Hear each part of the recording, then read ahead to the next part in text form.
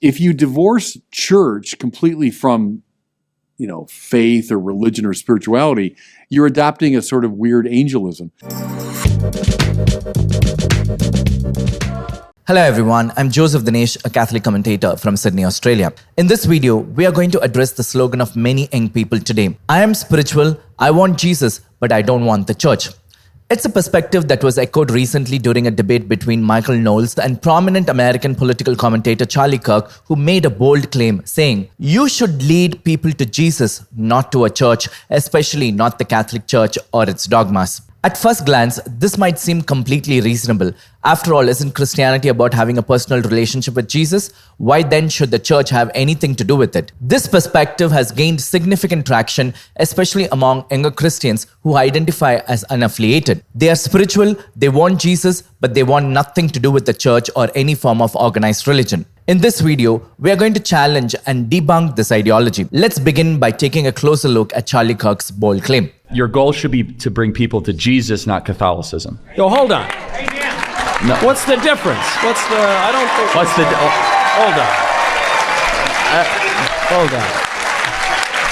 I'm not saying that they're contradictory, but your goal should not to be to bring people to a specific sect of Christianity. It is to bring people to the cross. You're saying to bring people to the fullness of the truth and the universal faith. Yes, but not the maxims of every Catholic dogma. One of the major reasons behind the widespread attitude of "I want Jesus, but I don't need the church" across much of the Western world can be traced back to Protestant doctrines. These teachings have over time nurtured the idea that a relationship with Jesus is completely personal endeavor, separate from any need for church community or its authority. To understand this better, let's look at the doctrine of justification by faith alone. If salvation is all about your personal faith in Jesus, then where does the church fit in? You could just say, "I believe in Jesus," and go about your life without feeling the need for the church at all. And also think about the doctrine of sola scriptura, the belief that Bible alone is enough for guidance and that you can interpret it on your own. If that is true, why would you need a church, a pastor, or even a priest? You could just read scripture, decide what it means for yourself, and call it a day. Again, the church starts to look irrelevant under this way of thinking. But this attitude of wanting Jesus without the church is not only contrary to the teachings of the Catholic Church, but also goes against the very nature of humanity.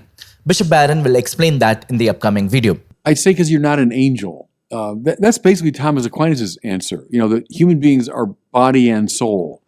And it's a kind of angelism that says, well, I can just do all this in my own mind or within my own will, within my own spirit, as though I'm not embodied.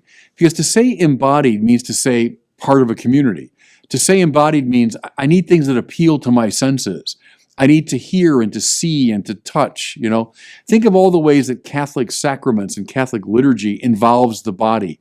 Even an act of praying publicly and singing publicly, witnessing to your faith. All of that is a way of embodying what we believe.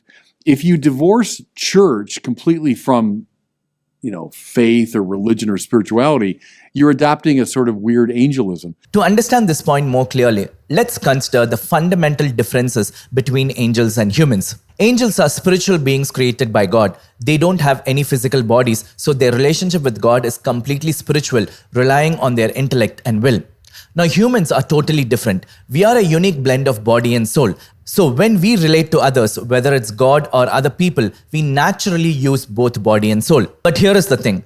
If we only use one, it feels weird and unnatural. Think about it. Would you want a friend who talks to you like a robot, no expression, no gestures, just monotone words? That would be super awkward, right? On the flip side, imagine a friend who's jumping up and down like they are on a sugar rush, but you can't actually have a meaningful conversation with them.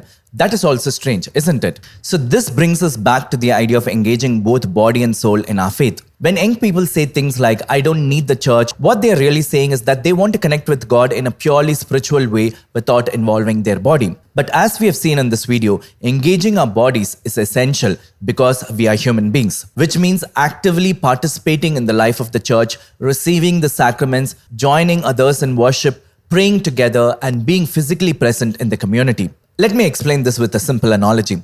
Think of humans like a beautifully crafted radio with two essential parts, the internal signal receiver and the physical components like dials, speakers, and the antenna. The soul, like the receiver, allows us to connect to God spiritually, tuning to His presence through prayer and faith. But without the physical components, which is the body, the signal cannot be expressed outwardly, just as a radio without speakers cannot play music. On the other hand, a radio with all the physical parts but no signal receiver is equally useless. It looks functional but has no connection to the source. In the same way, humans are designed to relate to God using both body and soul. Our soul fosters faith and love for God, while our body expresses that faith through actions. Both must work together like a perfectly tuned radio. Finally, I would like to conclude with the wise words of Saint Cyprian, who said, "No one can have God as his father who does not have the church as his mother."